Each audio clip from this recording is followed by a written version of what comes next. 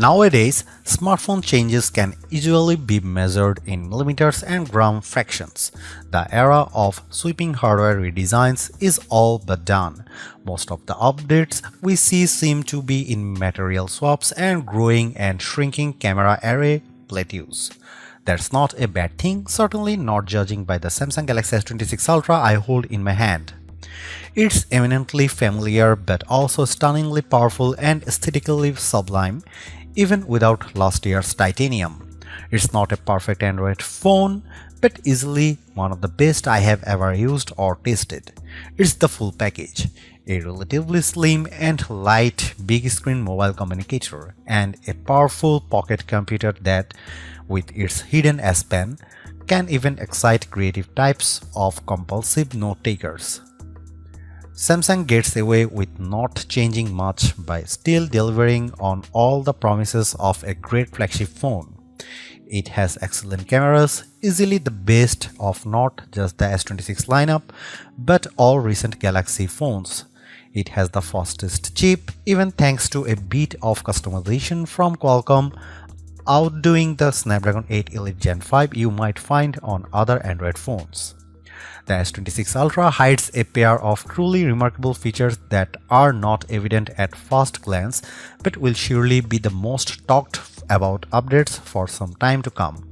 One is the privacy display, a true bit of display hardware innovation that has no equivalent on any other modern smartphone. Then there is the built-in gimbal. Strike that, it's not really a gimbal, just a wild bit of hardware and software engineering that lets you turn your camera up to 360 degrees while keeping the footage perfectly labeled. It's a handset overstuffed with AI possibilities, adding this time Perplexity to Bixby and upping the creative and assistive capabilities of Galaxy AI. Google uses the S26 Ultra to give us a sneak preview of the agentic possibilities soon arriving on Pixels and all other supporting Android phones. The list of AI abilities is long, overwhelming, and perhaps too much. It's not a weakness per se, but I still don't know why one phone has so many. But then you also might wonder why the iPhone 17 Pro Max still has so few. Samsung backs up the power and performance of this smartphone with way better heat and power management and excellent battery life.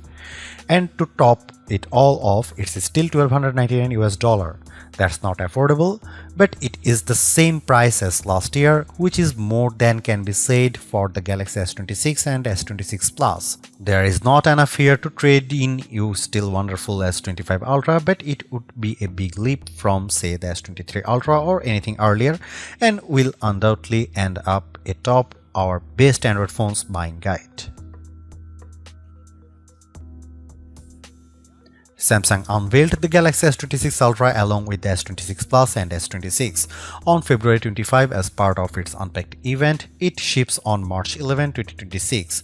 While the Galaxy S26 and S26 Plus saw price hikes, the Galaxy S26 Ultra still cost the same in the US as the Galaxy S25 Ultra did last year, $1,299 US. It's available in a choice of 6 colors wherever you buy: cobalt violet, sky blue, black, white, and the online exclusives silver shadow and pink gold. The phone ships in either 256GB, 512GB or 1TB storage configurations, and every variant comes with 12GB of RAM, 16GB of RAM if you buy the 1TB model.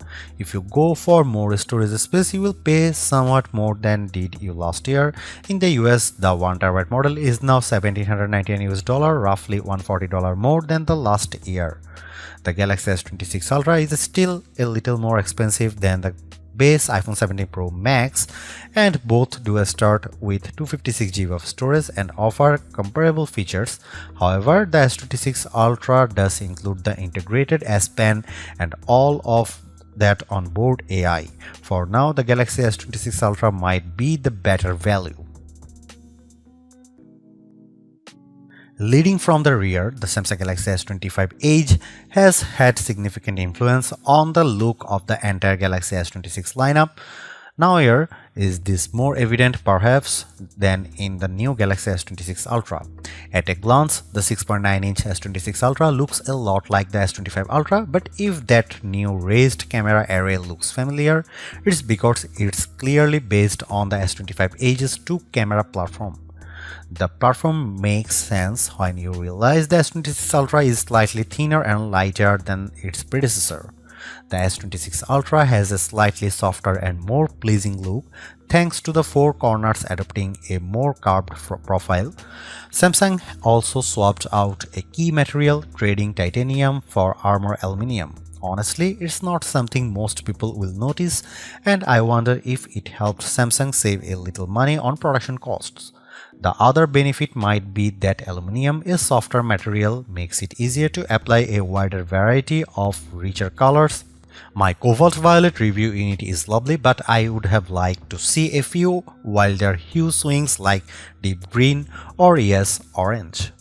As you would expect, the screen is protected by Corning Gorilla Glass Armor 2 and the back by Gorilla Glass Victus 2. These materials should help protect it from scratches and cracks. Beyond those updates and changes, nothing has changed. The power or sleep or Gemini button and long volume button are in essentially the exact same spots.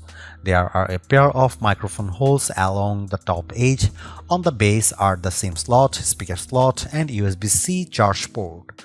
Next to that trio is the S Pen. You press it to release the pen, which looks quite similar to the last S Pen but is in fact slightly thinner. I didn't find that it made any noticeable difference in usability. The entire phone is still rated IP68, which means it can handle a rain shower and dust. Think about the design this way. If you liked the looks of the S25 Ultra, you'll probably like the S26 Ultra. Sure, the camera bump grew, but it is generally an attractive, big screen Android smartphone with fresh colors to attract those who found the titanium hues wanting. Samsung left its 6.9-inch dynamic AMOLED display mostly unchanged. It still offers up to 3120 by 1440 QHD plus resolution. It has the same brightness and ability to smoothly transition from 1 Hz for a sleep screen to the buttery smooth motion of 120 Hz. There is still a selfie camera cutout near the top of the display and a very thin channel between the frame and the screen for one of the loud and clear stereo speakers. The marquee feature, and one that is in fact unique among smartphones, is the privacy display. As the name implies, this feature adjusts the screen so that people standing on either side of you, behind you, or even in front of you cannot read what is on your display. There are a few remarkable things about this feature. First, it's a hardware innovation accomplished by controlling 2 different kinds of pixels, narrow and wide.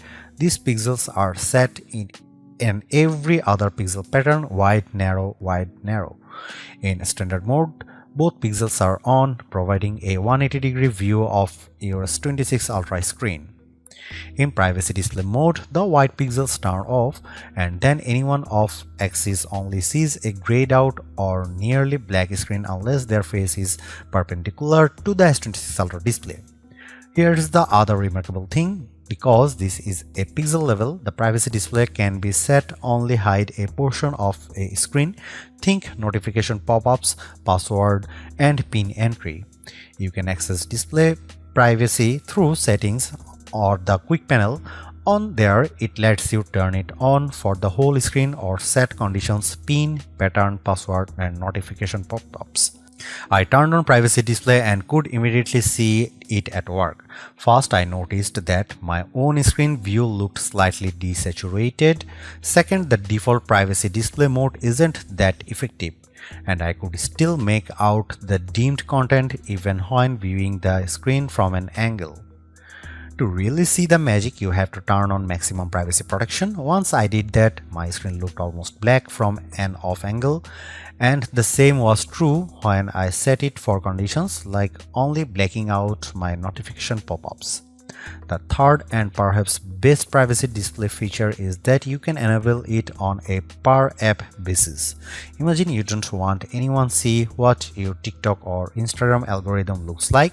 Just turn on privacy display for those apps, and whenever you use them, they will only be visible to you. I set it up for my TikTok and Instagram and it worked perfectly. This is the kind of feature I expect competitors like Apple, OnePlus, Motorola and others to copy in short order. Privacy display will change the equation when deciding which S26 is right for you and could tip the scales in Samsung's favor when considering a platform switch.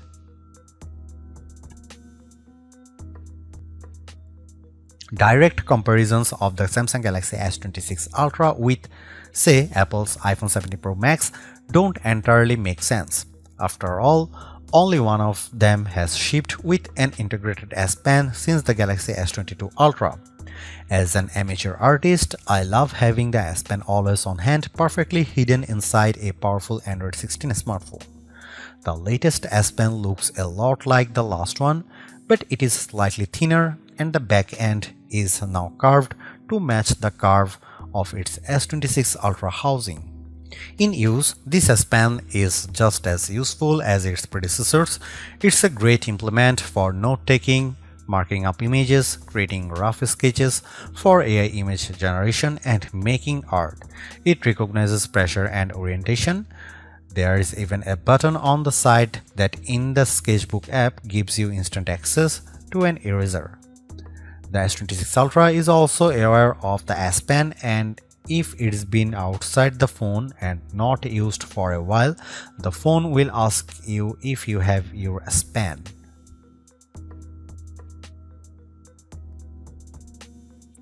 Before we dive into the photographic performance of the Samsung Galaxy S26 Ultra, let's pause a moment to look at the virtually unchanged camera array and selfie camera. The main camera is 200 megapixel and f1.4 aperture. The 5x telephoto is 50 megapixel, also provides the 10x zoom through a sensor crop. Its aperture is f2.9. The 3x optical lens is 10 megapixel f2.4 aperture. The ultrawide is 50 megapixel f1.9 aperture, and the front-facing camera is 12 megapixel f2.2 aperture. What's not evident there are two significant changes on the 200 megapixel main camera and 10 megapixel 5x optical zoom. Both camera features wider apertures, which allows them to capture more light and makes them more effective in low light situations. In practice, this is an excellent set of lenses, and based on megapixels, they all beat the iPhone 17 Pro Max's 48 megapixel lenses. However, even on the 200 megapixel camera, you will be default to shooting at a pixel binding 12 megapixel. The iPhone 17 Pro Max defaults to shooting at 24 megapixel. I shot photos using all the cameras, often capturing the exact same image with the Galaxy S25 Ultra and iPhone 17 Pro Max. All of these phones offer excellent cameras, and I found the image quality generally excellent. If anything, the S26 Ultra appears to have pulled even with the iPhone 17 Pro Max in most photo scenarios. Samsung told me that their image processing now allows the phone to understand the native noise signature of each lens and adjust accordingly. What this means is my photo results are clearer and cleaner. Between that, the larger apertures and low light photography, especially nighttime photography, shows a significant improvement. I noticed far less graininess in my star photography. Here are some camera samples of the new Samsung Galaxy S26 Ultra.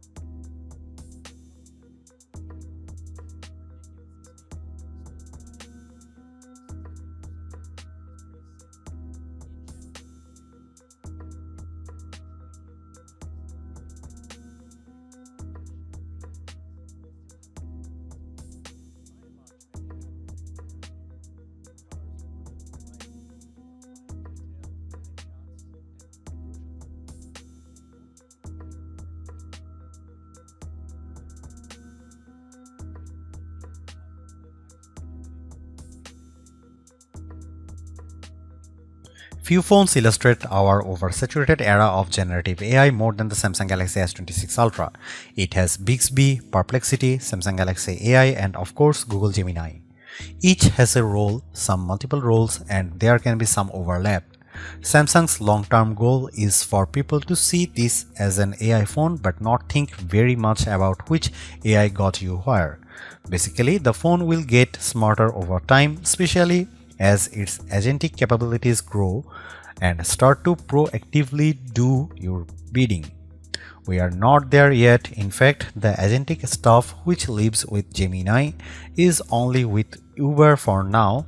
You are supposed to able to ask Gemini to book you an Uber ride and it will run off in the background. Gather all the relevant bits and have it set up in Uber, so all you have to do is approve the ride. I installed Uber on the Galaxy S26 Ultra and then asked Gemini to book me a ride to the airport. Gemini told me that it could help, but it first asked for key information like my pickup address, pickup time, and the kind of ride I prefer. Gemini told me it had booked the ride, but when I checked Uber, nothing was booked. I told Gemini to cancel the ride, but Gemini couldn't do anything about the non-existent ride. In general, too, my experience with Gemini was good. I had many conversations with it and used it to identify things in my shelves, and with the live view, have it explain how to fix a leaky bathroom faucet. It's far from foolproof and has yet to learn how to pronounce my last name. Gemini on the S26 Ultra is also showcase for what's coming to other Android smartphones that can support the generative platform. For example, the phone supports Circle to Search's new Find the Look capabilities. This lets you circle someone's whole outfit in an image and Gemini will find all the clothing. Samsung's own Galaxy AI is already a powerful and pervasive generative AI platform on the Galaxy S phone line. However, it now has some features. I used it, for example, to make a simple cartoon sketch of my face and then transform it into a more polished comic, which I then used to generate stickers that I can now send to friends over messages. Galaxy AI's photo editing capabilities are very strong. I grabbed an apple, put it on a table and took a photo. Then I asked Google AI to take a slice out of the apple and put the slice next to the apple. After a few seconds, it compiled and the results look real. When I had it take another AI shot at the photo, I noticed that the slice and the cutout on the apple didn't match up quite as neatly as they did on the first generated shot. Bixby is better at conversational queries, but it can still take some work to get Samsung's homegrown digital assistant to do what you want. I asked it to change the aspect ratio on my photos to 16:9, but had to repeat myself a few times to make it understand. Saying 16:9 did the trick. For questions that do not relate to the phone, Bixby now has Perplexity AI. If you ask, as I did, about the capital of Montana, Bixby won't hesitate but will tap directly into Perplexity in the cloud to get the answer. You'll notice that the result has a little Perplexity logo on it. The Samsung Galaxy S26 Ultra has a collection of Now features, including Now Brief, which shows up as a home screen widget, Now Bar for adaptive reminders, and the new Now Nudge, which can give you contextual reminders and information where and when you need it. Now Brief is a fine widget with information about the weather, my schedule, and news, but I didn't find much use in the rest of the Now tools. I think I need to spend more time with the phone and let it learn a whole lot more about me before these tools become truly useful. Last year, Samsung unveiled its powerful audio erase, which can remove distracting background audio from your videos. You can reduce voices, crowd sounds, and background noises with customizable sliders for each control. It's effective, but if you turn the noise reduction all the way down, voices can end up sounding a bit robotic. More intriguing is Audio Eraser's new third-party app capabilities, which you access via the quick panel. I tried it with TikTok and YouTube and could tell it sharpened and raised the dialogue a bit over background noises, but otherwise did not find it all that useful. I like many of these AI tools, but I do think the system is a bit overloaded with options. I look forward to a time when there is more consistent AI approach with zero redundancy. If one onboard AI can handle a task, there should not be another waiting in the wings to do the exact same thing. Every year, Samsung gets the fastest available Snapdragon for its flagship smartphone, and every year it convinces Qualcomm to customize the chip, squeezing out a few extra gigahertz of speed just for its phones. In truth, the Qualcomm Snapdragon Gen 8 Elite 5 for Galaxy is about more than just speed. It's customized to work better for the Galaxy S26 series across a range of tasks. Samsung claimed that it brings faster CPU, GPU, and NPU performance. This translates into better Geekbench benchmarks than the similarly named Snapdragon chips in last year's Galaxy S25 Ultra. Single-core and multi-core scores eclipse those on Apple's A19 Pro. GPU screens are harder to compare to. The iPhone 17 Pro Max silicon appears to be significantly ahead of those on the S26 Ultra. Benchmark numbers tell you little about real-world performance in everyday use.